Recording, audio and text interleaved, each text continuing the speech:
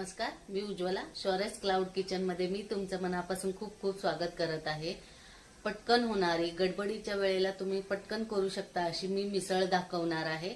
इथे मोठे 2 चमचे सुकं खोबरं घेतलेलं आहे, थोडंसं लसूण, थोडंसं आलं, हे आता मिक्सरला वाटून घ्यायचं आहे पाणी न घालता।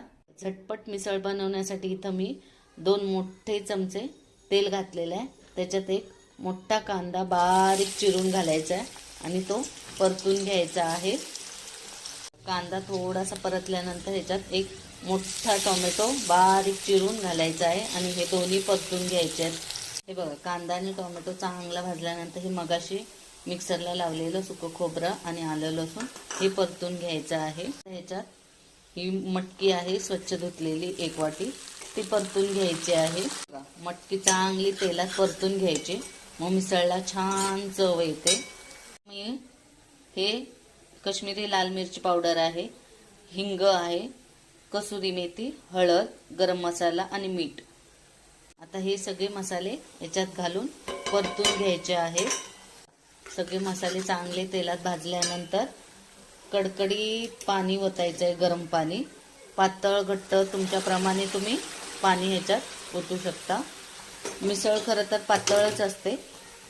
बघा, मिसळला चांगली उकळी आलेली आहे, कलर बघा किती सुंदर आलेला आहे। आता सगळ्यात शेवटी ही बारीक चिरलेली कोथिंबीर घालायची आहे। मिसळ रेडी झालेली आहे। हे बघा किती सुंदर अशी मिसळ झालेली आहे।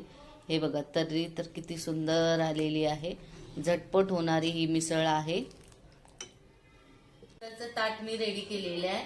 ही बघा, ही मिसळ आहे। तर हे मिसळचं असं ह्याच्यात घ्यायचं आहे।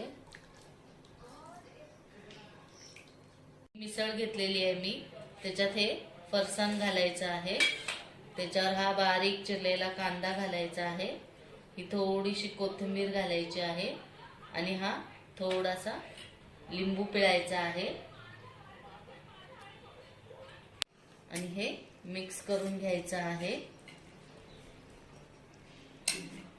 आणि या मिसळ सोबत खाण्यासाठी हा पाव आहे। क्विक होणारी मिसळ जर तुम्हाला आवडली असेल तर माझ्या शौर्यस क्लाउड किचनला सबस्क्राइब आणि लाईक करायला विसरू नका। माझी पटकन होणारी मिसळची रेसिपी जर तुम्हाला आवडली असेल तर तुम्ही करून बघा आणि मला कमेंटमध्ये नक्की कळवा। आणि माझ्या रेसिपी जर तुम्हाला आवडत असतील सबस्क्राइब आणि लाईक करायला विसरू नका माझ्या शौर्यस क्लाउड किचनला। थँक्यू।